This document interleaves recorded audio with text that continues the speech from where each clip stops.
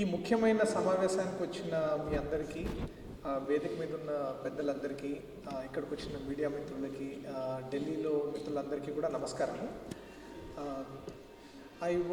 నేను ఎక్కువ ఇంగ్లీష్లో మాట్లాడతాను సార్ చెప్పినట్టుగా, అయితే మధ్య మధ్యలో తెలుగులో కూడా కొన్ని పాయింట్స్ చెప్తాను. So we're talking about what the state of Telangana is at this time, about 9 years after the formation of the new state, and the particular context in which we are speaking is that the ruling TRS party, the Telangana Rashtra Samithi party, has now transformed into Bharat Rashtra Samithi party, and the Chief Minister KCR is also going around the nation trying to make it a national party. We don't know to what extent politically it will become a national party, but in terms of ideas, he is putting forward before the nation that Telangana should be a role model for the other states and for the entire nation. So that's the main selling point, that he is actually bringing before the nation. Just like in 2013, Modi came before the nation saying that there is this Gujarat model and I have done this for 15 years, so therefore we will change the nation, right? And the nation really did not understand what the Gujarat model was, and of course, on the surface, showing certain development indicators, showing certain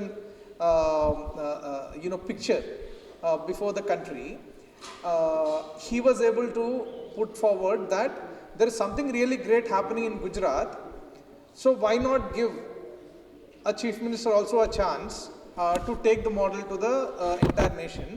What we have seen after 9 years of the BJP government is basically that the divisive, hatred, communal politics of Gujarat are now spread all over the country, and the gross inequality and crony capitalism, putting up certain industries, certain business houses, and supporting them with various mechanisms from the state, that is now nationalized, right? So that is what we have seen. So now when KCR is coming before the nation saying that there is this Telangana model, I think we all should understand. Of course, most of the people from Telangana already understand, but I think the rest of the nation also needs to understand what is this Telangana model, what is the truth, what's the reality behind it, what's the hype, and so on. అంటే ఇప్పుడు మోడీ ఎట్లాగైతే Gujarat model మేము దేశం అంతటా చేస్తామని చెప్పేసి పవర్లోకి వచ్చారు 2013లో నుంచి ప్రచారం చేసి 2014లో పవర్కి వచ్చారో, అట్లాగే కేసీఆర్ ఒక తెలంగాణ మోడల్ అని చెప్పి తెలంగాణలో జరిగినట్టే దేశమంతటా జరిగితే ఇంకా చాలా సస్యశ్యామలంగా చాలా బ్రహ్మాండంగా ఉంటుందని చెప్పడంతో ఆయన ఒక నేషనల్ పార్టీ తీసుకొచ్చారు. ఆ నేషనల్ పార్టీ పొలిటికల్గా ఎట్లా ఉన్నా, అంటే ఎక్కడ ఎన్నికలు కంటెస్ట్ చేస్తారో అదంతా వేరే విషయము, కానీ కొన్ని ఐడియాస్ని దేశం ముందర పెడుతున్నారు. ఆ ఐడియాస్ని మనము కూడా కొంచెం విశ్లేషించి మన వర్షన్, అంటే మన కనపడుతున్నది ఏమిటి అనేది దేశం ముందర పెట్టాల్సిన బాధ్యత మనందరికీ ఉంది. కాబట్టే ఇప్పుడు TJS పార్టీ తరఫున ఇక్కడ మీటింగ్ పెట్టడం చాలా మంచి పరిణామము. కోదండరాం గారికి, TJS పార్టీ వాళ్ళందరికీ కూడా అభినందనలు. తప్పనిసరిగా ఇది చాలా టైమ్లీ, ఎందుకంటే అక్కడ జరుగుతున్నది ఏంటి వాస్తవాలు కూడా మనం దేశం ముందర పెట్టాలి కాబట్టి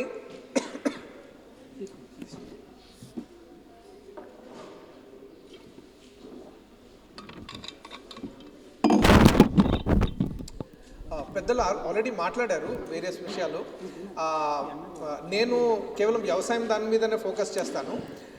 Reason we also want to focus on agriculture specifically is because one of the centerpieces of what KCR is presenting before the nation is that Telangana is a role model for agriculture for the entire nation.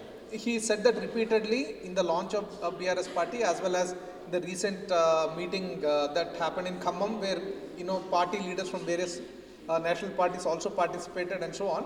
So basically there is a certain hype being created around what is the Telangana agriculture model, and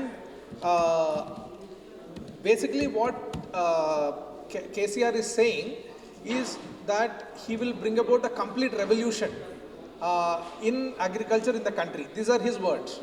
And he also says that every farmer in Telangana is now a crorepati. So this is the kind of picture that he is trying to paint before the nation and saying that, whatever we've done in Telangana, we can do rest of the country. And that will solve the problems. And what are the main things that he is putting forward? I think one is the Raitu Bandhu scheme.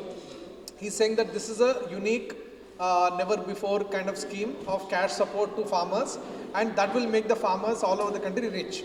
So, and he's also talking about 24 hours electricity to farmers in the state of Telangana. He is talking about the mega irrigation projects which have actually increased the productivity of the land. So these are the 3 or 4 things that he is putting forward before the nation. అంటే రైతు బంధు పథకము 24 గంటలు వ్యవసాయానికి ఉచిత current ఇవ్వడము, అలాగే ఈ కాళేశ్వరం లాంటి పెద్ద ప్రాజెక్టుల ద్వారా మేము 1 కోటి ఎకరాల మాగాణ్ణి చేస్తున్నాం. సో ఇదంతా ఈ పిక్చర్ ఆయన నేషనల్ లెవెల్లో ఒక మోడల్గా ప్రజెంట్ చేయడానికి ట్రై చేస్తున్నారు. దాంట్లో వాస్తవాలు ఏమిటి? At the same time, one of the things that we also need to remember, which was also alluded by the other speakers, is actually the lack of democracy or the suppression of democracy in the state. And we are finding that in the context of the farmers' issues also.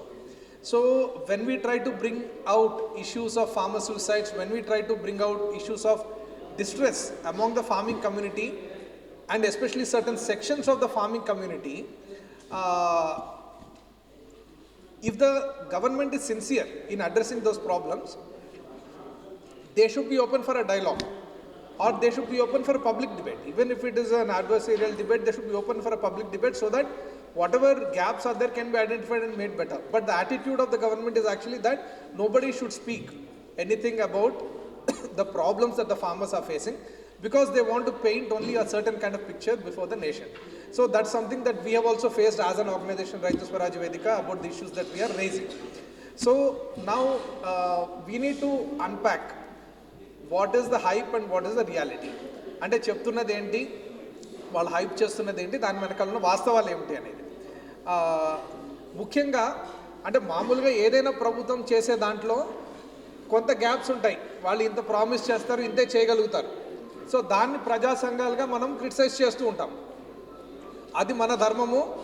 ప్రభుత్వం కూడా సరే మేము 100% చేయలేకపోయాం, 80% చేశాము, మీరు 80% గురించి ఎందుకు మాట్లాడట్లేదు, మీరు ఆ చెయ్యని 20% గురించి ఎందుకు మాట్లాడుతున్నారు, ఇది ప్రభుత్వాలు చెప్తుంటాయి. ఇది కూడా మామూలు జరిగే విషయం. కానీ ఇక్కడ స్పెషల్ ఏంటి, ఒకటి మనం మాట్లాడనివ్వట్లేదు, రెండవది ఏంటంటే వాళ్ళు ఇదే మోడల్ అని చెప్పి దేశం ముందర పెట్టాలని చూస్తున్నారు. When you are trying to say that you want to put forward certain thing as a model, then you should be ready for extra scrutiny of what is the hype versus what is the reality. So that's the perspective from which we should be looking at it. And in particular, when you're talking about the agriculture revolution in Telangana, or that farmers are doing really great, one question that we need to ask is who is benefiting and who is not benefiting, because farming community is not a monolithic community. Farming community has a lot of inequality within the farming community, and there are a lot of there's a section of within the farming community who are only landowners and who do not do any cultivation also, right? So who is benefiting, who is not benefiting is a lens that we need to look through. And another lens is about sustainability, both economic sustainability and ecological sustainability. See, what kind of model of agriculture are you promoting? Is that sustainable economically? How much funds the state is investing, and how much benefit the farming community is getting? How much extra income they are able to make? And whether the budgetary allocations that are being made are sustainable or not. So this is one question of sustainability. The other question of sustainability is the ecological sustainability. Is this kind of agriculture, this kind of cropping pattern, this kind of model, whatever is being promoted, can it be sustainable ecologically? So if we look at these 2 or 3 lenses, I think that a certain picture becomes clear. Firstly, just as a reality check, while the ruling party is talking about highly prosperous Telangana farmers, in this month of January 2023, which is not yet over, until yesterday, 41 farmers committed suicide in just this month.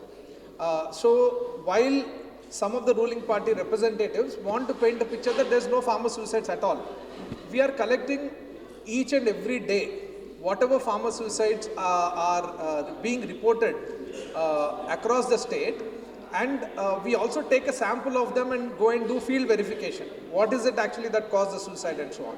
So I'm just saying that just this month 41 farmers have committed suicide for various reasons. They've lost their crop, they did not get compensation, they're tenant farmers, so they have much higher burden because of the lease amount and so on. And various reasons like that, they have committed suicide. Mostly they are all indebted, they are not able to pay their debt, so therefore they committed suicide. So if 41 farmers have committed in 1 month, you can see how many farmers would be committing suicide in a year. In 2021, official National Crime Record Bureau figures itself show that about 530 farmers committed suicide. Last year's numbers are not yet out, but it will still be between 400 and 500, right? So that means that more than one farmer a day is committing suicide. So that's a reality. And the other part of the reality check is that whatever benefits the government is talking about are lopsided benefits. Certain sections are getting benefits, certain sections are getting left out. So that's one picture that we need to see. And while high budget investments, let's say Raitu Bandhu scheme, 15,000 crores you are giving every year to farmers. So those kind of things definitely have some positive impact in terms of, let us say, boosting incomes of certain part of the farming population and so on. However, many key support systems in Telangana are in a full disarray and neglect. అంటే రైతులకి కావలసిన ఏవైతే మద్దతు వ్యవస్థ ఉందో, రైతు బంధులో అయితే cash డబ్బులు వస్తున్నాయి అకౌంట్లోకి, అది కూడా ఎవరికి వస్తున్నాయి ఎవరికి రావట్లేదని మనం మాట్లాడుకుందాం. కానీ రైతు బంధు పేరు చెప్పి రైతులకి అవసరమైన మద్దతు వ్యవస్థలు ఏవైతే ఉన్నాయో, అది పంట నష్టపరిహారం కావచ్చు, అది బ్యాంకుల నుంచి పంట రుణాలు కావచ్చు, లేకపోతే క్రాప్ ఇన్సూరెన్స్ కావచ్చు, లేకపోతే అగ్రికల్చర్ మెకనైజేషన్ లాంటి స్కీమ్స్ కావచ్చు, రకరకాల స్కీమ్స్ అన్ని కోతలు విధించి లేకపోతే అసలు ఇంప్లిమెంట్ చేయకుండా మేము రైతు బంధు ఇస్తున్నాం కాబట్టి ఇంకేం చేయక్కర్లేదు అనే రకమైన ధోరణి మనకు కనిపిస్తుంది. ఇది ఒక చాలా ముఖ్యమైన అంశం. అంటే కేవలం మేము ఒక 2-3 సిల్వర్ బుల్లెట్ అప్రోచ్ అంటాం ఇంగ్లీష్లో. అంటే ఈ 2-3 థింగ్స్ మేము చేస్తే మొత్తం వ్యవసాయంలో సమస్యలన్నీ పరిష్కారం అయిపోతాయి, మనం ఏం చేయక్కర్లేదని. So this kind of a silver bullet approach of the Telangana government, that by launching 2 or 3 flagship schemes we can address the problems of the entire agriculture sector, is actually very faulty vision. I mean, we don't want that kind of vision to be taken to the entire nation. I think that is our concern. It's not that politically we have something against TRS or BRS.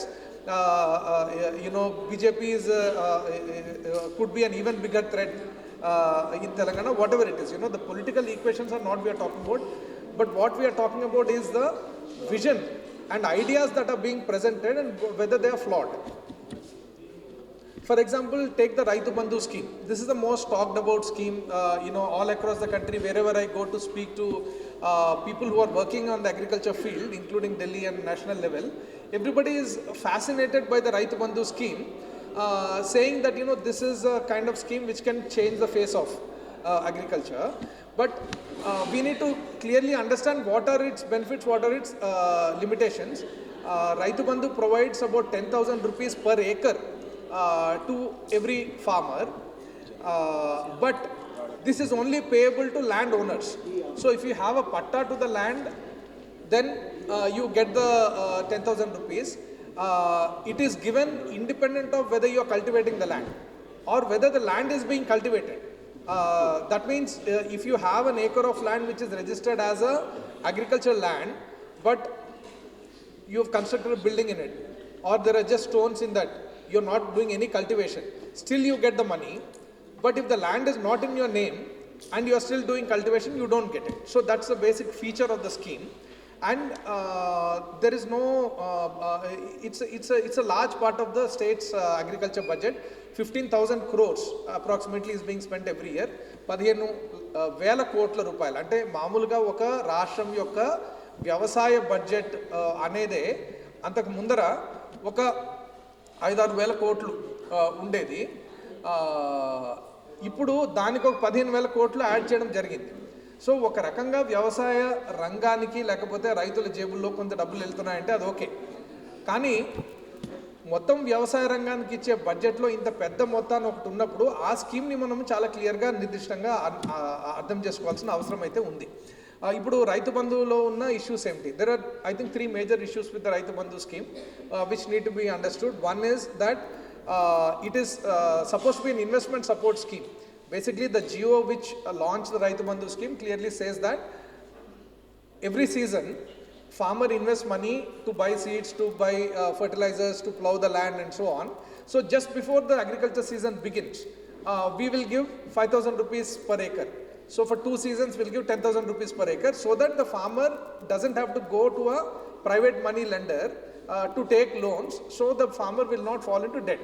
This is basic logic of the scheme explained in exactly these words in the government order which launched the Raitu Bandhu scheme. So then who should the Raitu Bandhu scheme go to? It should go to the person or the family which is actually cultivating the land.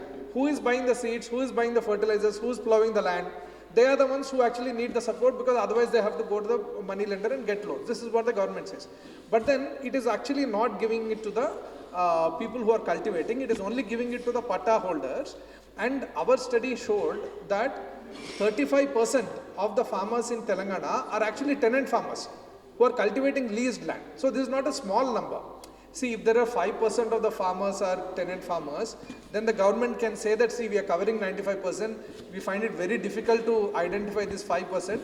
Therefore, we are not covering them, right? But that is not the case. 35% are tenant farmers and their number is increasing. It was only 20% about 8 or 9 years ago. So their number is increasing. You have completely left out their number. That is one major problem. Second major problem is there is no equity. See, basically any public assistance, see, it's a public assistance given to farmers, right? So public assistance should be generally given, more public assistance to the more needy people.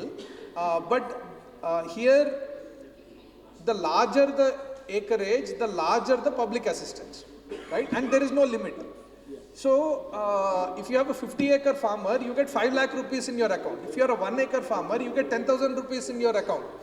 And this is completely against any principles of equity. In general, we have a system where the poorer people get more public assistance, the richer people do not get public assistance. That is a fairness.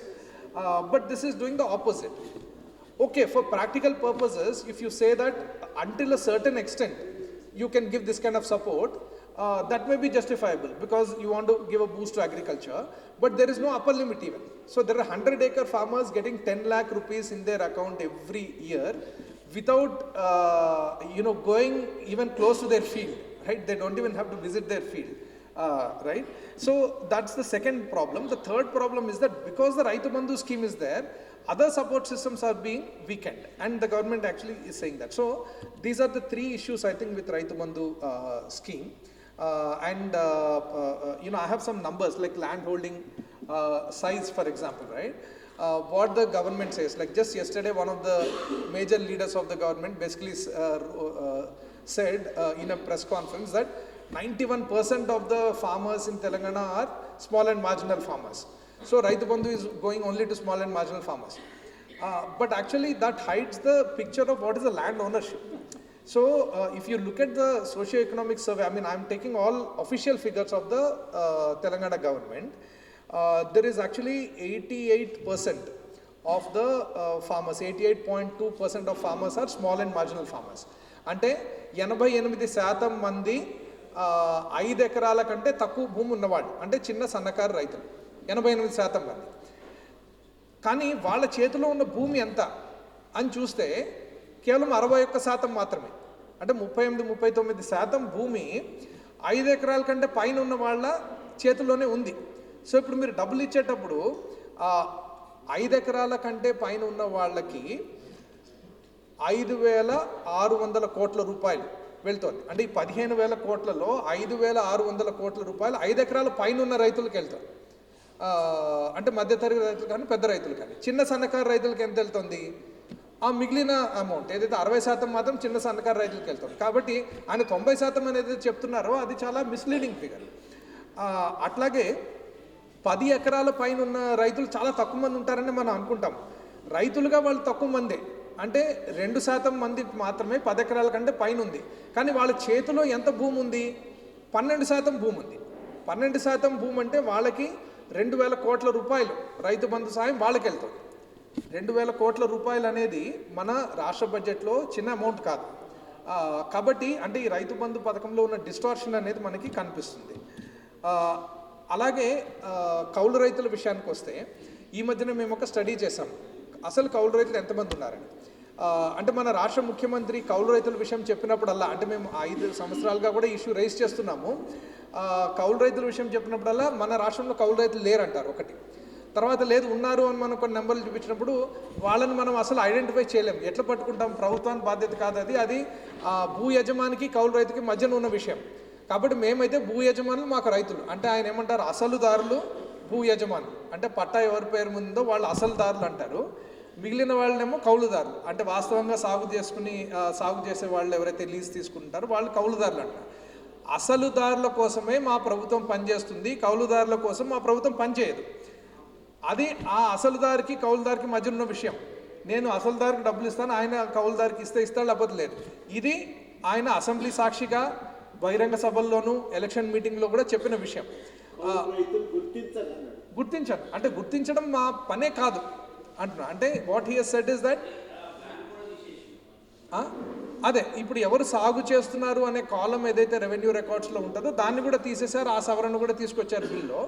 So the important thing with respect to the tenant farmers and this particular government is that, see, many governments may say that okay, we are facing certain difficulty in identifying tenant farmers, or we are trying to do our best but we are only able to identify 25% or 30% of the farmers. That's a different thing.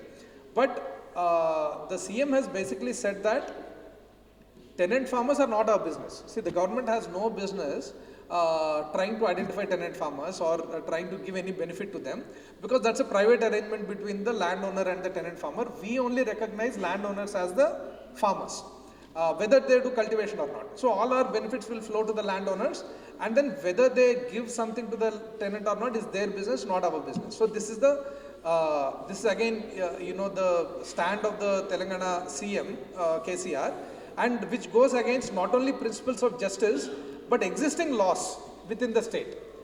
So there is actually a law in the state from 2011 which requires that every tenant farmer should be issued a loan eligibility card, and there is a process for identification. He says that how can we identify?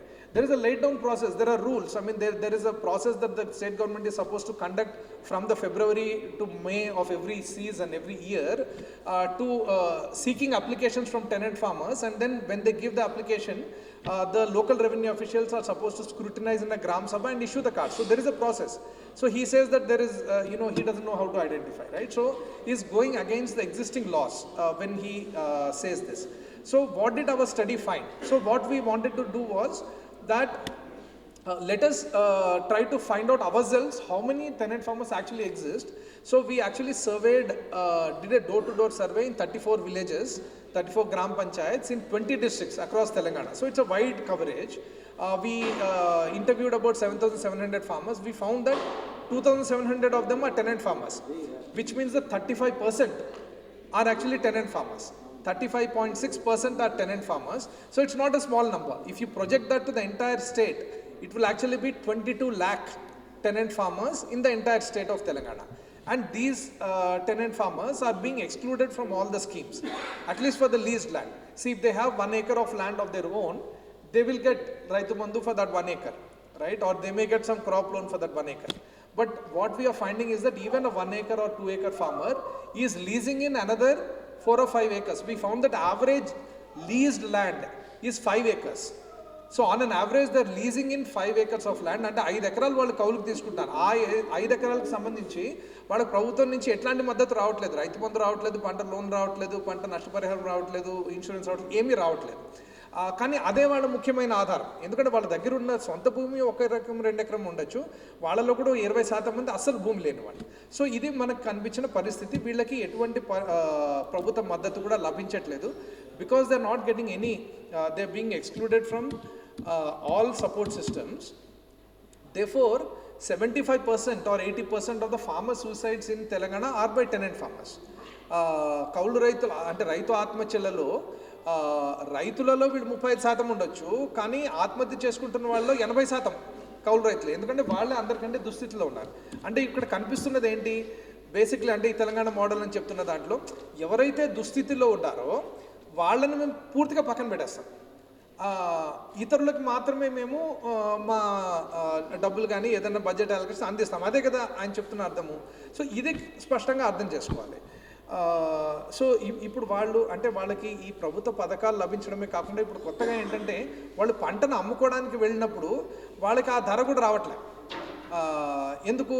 ఆ pass పుస్తకం ఉన్న వాళ్ళ దగ్గర నుంచే వాళ్ళు పంట కొంటారంట. ఇప్పుడు so నేను పంట పండించిన కౌలు రైతుగా పాస్ పుస్తకం తీసుకుని వెళ్తే, యజమాని దగ్గర నుంచి పాస్ పుస్తకం తీసుకెళ్తేనే పంటను కొంటారు. కొన్న తర్వాత ఆ పాస్ పుస్తకం ఏమో ఒక ఆధార్ నెంబర్కి లింక్ ఉంటుంది, ఆ ఆధార్ నెంబర్కి ఒక బ్యాంక్ అకౌంట్ లింక్ ఉంటుంది, దాంట్లోనే డబ్బులు పడతాయి. ఇప్పుడు కౌలు రైతుగా నేను మళ్ళీ ఆయన వెనకాల తిరిగి ఆ డబ్బులు తెచ్చుకోవాలి. ఆయనేమో కొంచెం పట్టుకుని నాకు ఇస్తాడు, పూర్తిగా ఇవ్వడు. సో ఇదంతా సమస్య. Basically even at the point of selling the crop, the tenant farmers are facing a problem because that is all tied to the land patta. So everything you tied to the land patta. And when I sell my paddy to the procurement agency, the government procurement agency, the funds are deposited in the landowner's account. If I take the patta, so because that I have to take the copy of the patta. That patta is tied to Aadhaar number. Aadhaar number is tied to a bank account. Money is deposited there. So what does the tenant farmer do? Most of the tenant farmers are not selling their crop to the government procurement agency because they don't want to get tied up in this. So they are actually selling their crop less than minimum support price, sometimes 400-500 rupees per quintal less than the minimum support price, because they don't want to get into this janjat with the landowner. So these are the kind of situation that the tenant farmers are facing. Okay, so even in the Raitu Bandhu scheme, just one last thing with respect to the tenant farmers. See, the one of the claims of the chief minister is that the landowners are also good people. These are the words that he uses. So when a tenant farmer is leasing the land, then obviously they'll pass on that money to the tenant farmer. We don't want to get into that. These are the things that he said. అంటే భూ యజమానే కౌలు రైతుకి ఇచ్చుకుంటాడు ఆ రైతు బంధు డబ్బులు, ఆయన ఒక్కటే పెట్టుకుంటాడా అని ఆయన అన్నారు. ఇప్పుడు మేము సర్వే చేసిన దాంట్లో రైతు బంధు వచ్చిన తర్వాత, రైతు బంధు పథకం వచ్చిన తర్వాత ఎంతమంది భూ యజమానులు వాళ్ళకు వచ్చిన రైతు బంధుని వాళ్ళ కౌలు రైతుకి ఇచ్చారు అనేది అడిగాం. ఎంతమంది కనీసం మొత్తం అమౌంట్ కాకపోయినా కొంత అమౌంట్ అయినా ఇచ్చారా అనేది అడిగాం. లేకపోతే కౌలు రేట్ అయినా తగ్గించారా? ఇప్పుడు మాకు 10,000 రూపాయలు వస్తూ ఉంది కాబట్టి నీ కౌలు రేట్ నేను 2,000 రూపాయలు తగ్గిస్తానని అన్నారు. ఎంతమంది అన్నారు? అంటే మేము 2,753 మంది కౌలు రైతులను ఇంటర్వ్యూ చేస్తే 17 మందికి మాత్రము ఆ కౌలు రేట్ని కొంత తగ్గించారు. ఎంత తగ్గించారు అనేది వేరే విషయం. అట్లాగే 10 మందికి 12 మందికి రైతు బంధులో కొంత అమౌంట్ అయినా కౌలు రైతుకి ఇచ్చారు. అంటే ఏంటి? ఇదంతా కూడా 1% కంటే తక్కువ. అంటే ఈ రైతు బంధు స్కీమ్ వలన బెనిఫిట్ ఏమన్నా కౌలు రైతులకు వచ్చిందా అంటే 1%కి మాత్రమే వచ్చింది, ఎంతో కొంత. This is the reality that only 1% of them, of the landowners passed on even part of the right to bandhu benefit to the tenant farmer, right? So, and if you look at social categories, which Ajay was also talking about, 61% of tenant farmers are BC, 23% are SC, 10% are ST, and 4% are OC, 2% are Muslim minority, right? So this is the kind of social composition of the tenant farmer. So majority of the people who are leasing land are also people from the underprivileged communities, and they are getting excluded. And we also looked at the social categories of the landowners who are giving it out on lease. There we find that 33% are OC, right? The landowners who are giving out the land on lease, 49% is BC. So you can see the skew that actually the people who are really physically ready to work on the land are not getting the full benefit. People who want to stay away, who have other jobs, who have other businesses, who live in the cities, even who live abroad, they are all getting the Raitu Bandhu support. So that's the nature of that scheme. The other issue I wanted to highlight is about the whole natural disasters, what happens when farmers lose crop due to natural disasters. Again, Telangana is one of the states which is very poor in implementing any disaster compensation. In the last 9 years, only in 1 year, they actually declared that there is a drought. That too because it was the second consecutive year of drought. 2014-15 was a drought, they didn't do anything. 2015-16 was a second year of drought, so people were really in distress. So they declared a drought and they got about 780 crores of rupees in assistance from the center as a disaster relief. They took 3 years to actually distribute that money to the farmers. మూడు ఏళ్ళు పట్టింది వాళ్ళకి. 780 కోట్ల రూపాయలు కేంద్రం నుంచి వచ్చినది disaster relief కింద రైతులకు పంచడానికి. ఆ తర్వాత ఎప్పుడు కూడా వాళ్ళు ఇట్లా న్యాచురల్ డిజాస్టర్ అయింది అని చెప్పి డబ్బులు ఎప్పుడు డిస్ట్రిబ్యూట్ చేయలేదు. ఆ తర్వాత ఓన్లీ మేము రైతు స్వరాజ్య వేదికగా కోర్టుకు వెళ్ళినప్పుడు ఆదిలాబాద్ రైతుల తరఫున కోర్టుకు వెళ్తే ఒక 23 కోట్ల రూపాయలు వాళ్ళకి మాత్రం రిలీజ్ చేశారు, ఎందుకంటే కోర్టు ఆర్డర్ ఇచ్చింది కాబట్టి. అట్లాగే మొన్న అక్టోబర్ 2020లో మీకు గుర్తుండే ఉంటుంది, చాలా పెద్ద వర్షాలు పడ్డాయి, ఒక తుఫాన్ లాగా వర్షాలు పడ్డము, హైదరాబాద్ అంతా సగం మునిగిపోయింది. ఆ టైంలో ఒక 15 లక్షల ఎకరాలలో తీవ్రమైన పంట నష్టం జరిగిందని ప్రభుత్వమే చెప్పింది. అంటే వాళ్ళు జిల్లాల వారీగా చిన్న రైతులు ఎంతమంది ఎఫెక్ట్ అయ్యారు, పెద్ద రైతులు ఎంతమంది ఎఫెక్ట్ అయ్యారు, ఏ పంటలు ఎఫెక్ట్ అన్నీ ఒక నివేదిక తయారు చేసి సెంటర్కి పంపించారు. సెంటర్ ఏమో కొంత డబ్బులు అలొకేట్ చేసింది, చాలా తక్కువ డబ్బులు అలొకేట్ చేసింది సెంటర్. యాక్చువల్గా వీళ్ళు కేంద్రాన్ని 520 కోట్ల రూపాయలు అడిగితే కేంద్రం ఏమో కేవలము 190 కోట్లు మాత్రమే అలొకేట్ చేసింది. కానీ దాని గురించి ఫైట్ చేయకుండా ఈ 190 కోట్లు కూడా తమ దగ్గరే పెట్టుకొని గమ్మునే ఉన్నారు. మేము కోర్టులో కేసు వేసి కోర్టులో దాన్ని విషయాన్ని బయట పెడితేనే అసలు ఈ 190 కోట్లైనా వాళ్ళకి వచ్చాయనే విషయం ఎవ్వరికీ చెప్పలే, మీడియాలో కూడా రాలే. మేము దాన్ని బయట పెట్టినప్పుడే అది బయటకు వచ్చింది. ఇప్పటిదాకా కోర్టు ఏమో మంచి ఆర్డర్ ఇచ్చింది, ఈ డబ్బులంతా వెంటనే మీరు రైతులకు ఇచ్చేయాలి, మీకు 4 నెలల గడువు ఇస్తున్నామంటే వాళ్ళు 4 నెలలు వెయిట్ చేసి 4వ నెల అయిపోయే లోపలగా సుప్రీంకోర్టు పోయారు. ఇప్పుడు అది సుప్రీంకోర్టులో నానుతోంది. సుప్రీంకోర్టులో వాళ్ళు ఏం చెప్తున్నారు, ఒకవైపు ఏమో అసలు పంట నష్టమే జరగలేదు అంటున్నారు. అంటే వాళ్ళే చెప్పారు 15 లక్షల ఎకరాలు తీవ్రమైన పంట నష్టం జరిగింది, ఇప్పుడేమో అంతా కోలుకుంది, పంట అసలు ఏమీ దెబ్బతినలేదంటారు. రెండవది ఏమంటున్నారు, కేంద్రం డబ్బులు ఇవ్వలేదంటున్నారు. మూడవది ఏమంటున్నారు, మేము రైతు బంధు ఇస్తున్నాం కాబట్టి ఇవన్నీ చిన్న అమౌంట్స్ ఇవన్నీ ఇవ్వాల్సిన బాధ్యత లేదని. అంటే మూడు ఒకదానికొకటి వ్యతిరేకం వాస్తవానికి, కానీ ఆ మూడు వాళ్ళు కోర్టులో చెప్తున్నారు. So basically in October 2020 there were very heavy rains and about 15 lakh acres of crop was damaged, and as per the government's own report to the center, it's an official report to the center, and they demanded 520 crores. The center allocated only 190 crores of disaster relief funds, but even that they did not distribute. When we went to court, after few months we had to expose it in the court because they don't reply to any RTIs. Finally we got the information from the center and put it forward in the court. Court gave a very good order in September 2021. The government, instead of implementing the order and distributing the money, they actually went to the Supreme Court challenging the order. In the Supreme Court they are saying that because we are giving Raitu Bandhu, that amount is much more than the amount under the disaster compensation, therefore we are not obligated to give.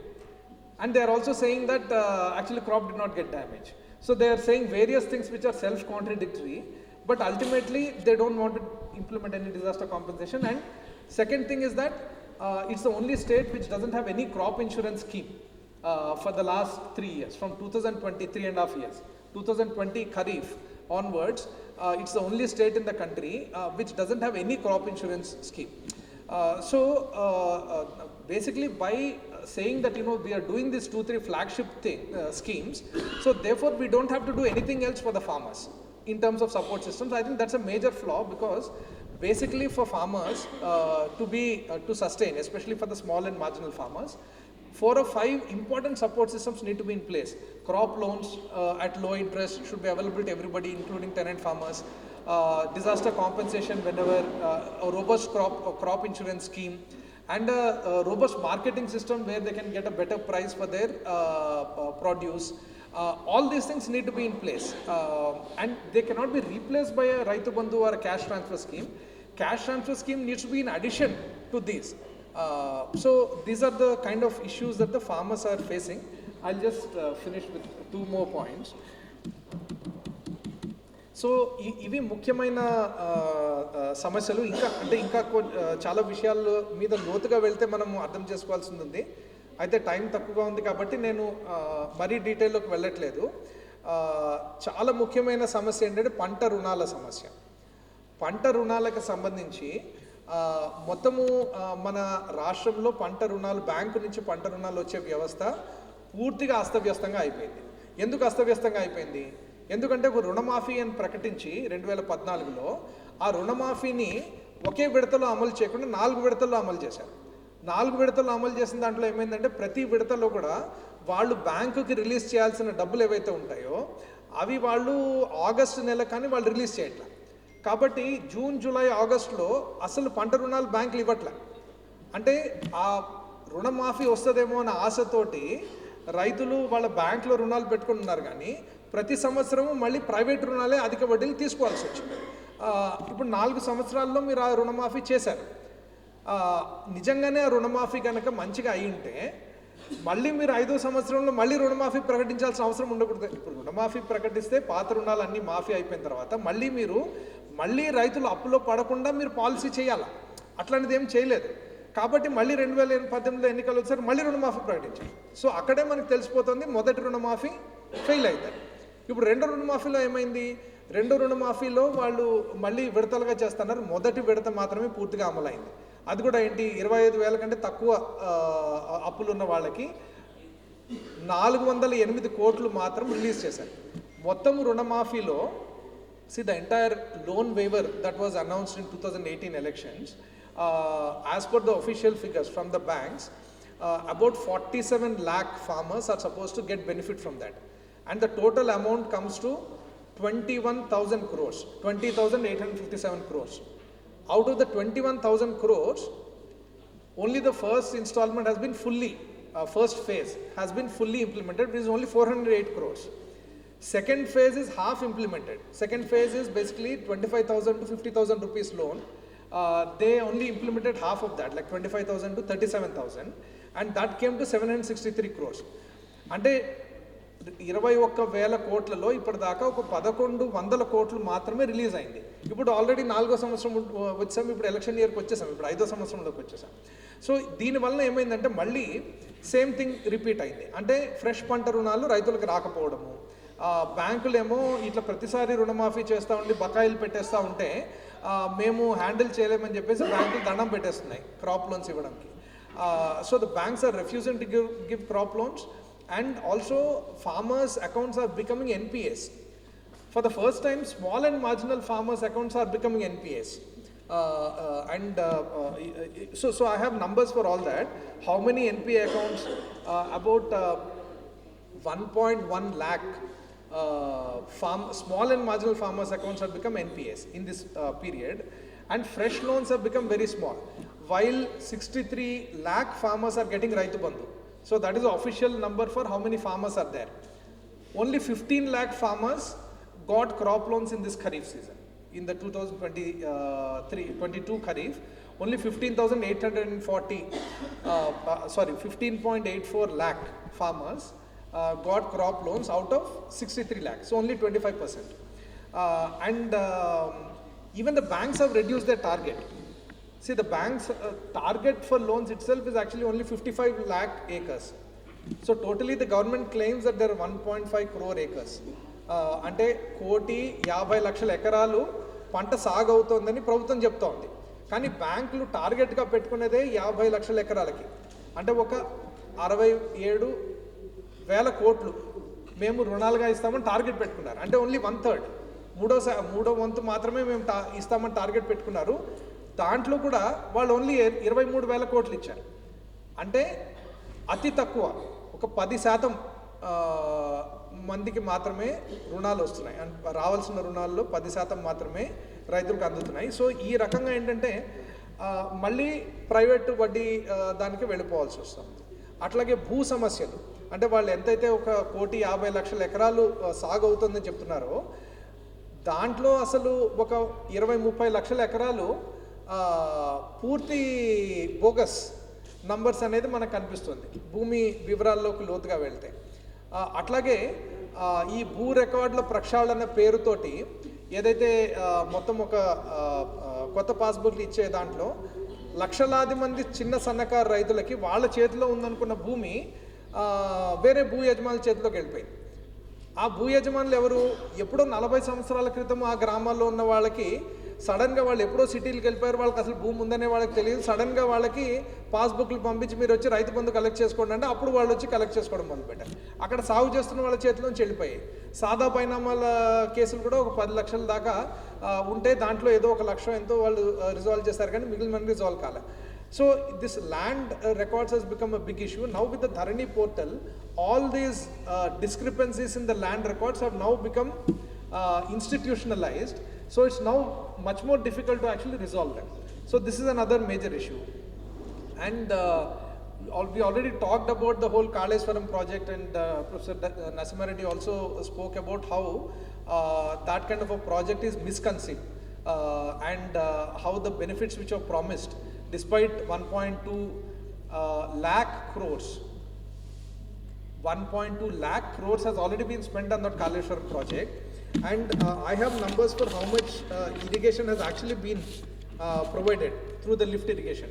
Only every year about 30 to 40 TMC feet of lift irrigation has been done, which means that maximum 3 lakh acres. But more realistic figure is 1.5 to 2 lakh acres actually got water through that. So if you calculate it, is almost more than 50,000 rupees per acre is just the power cost for this lift irrigation. And the government actually owes a huge amount of money to the discoms which are supplying the power. Because of this lift irrigation project, about 9,286 crores is the pending bill from the government of Telangana to the discoms for the lift irrigation project. So if you calculate, it comes to more than 50,000 rupees per acre only for the cost of lifting, the power cost. I mean, not excluding all the other costs. So it's a very, very misconceived, unsustainable project which is now only providing irrigation to a very small section. But what the Telangana government is projecting is that there is a huge increase in the cultivation area in Telangana because of Kaleshwaram project. That is actually not true. There have been heavy rains for the last 4 years in Telangana continuously, actually since 2016 onwards, have all been good monsoon years. So the groundwater has been really recharged and continuously recharged. Even Hyderabad has actually very good groundwater situation for the last 3-4 years because of the heavy rains, and most of the cropping is being done on borewell irrigation. So this whole thing about Kaleshwaram irrigation, we spent 1.2 lakh crores on that, and this is the result that actually we are cultivating more area, is once again a very false picture. So these are the kind of false pictures on the basis of which this kind of vision is being built. So just in conclusion, what I want to say is that, see, certainly giving a higher priority to agriculture is something that we would welcome in all states all over the country. We want to make agriculture as a centerpiece of governance. On the face of it, it is a welcome thing, right?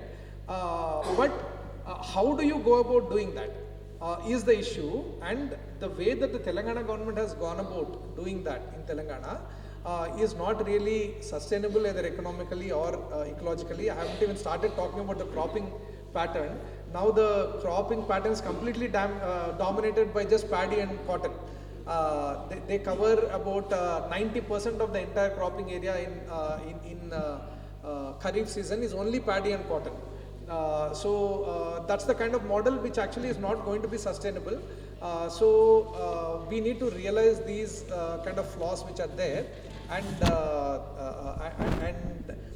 when we plan for agriculture development, it has to be based on a comprehensive agriculture planning which takes into account all these different support systems and economic and ecological sustainability. Only then it can be a model either for Telangana or for the rest of the country. Thank you.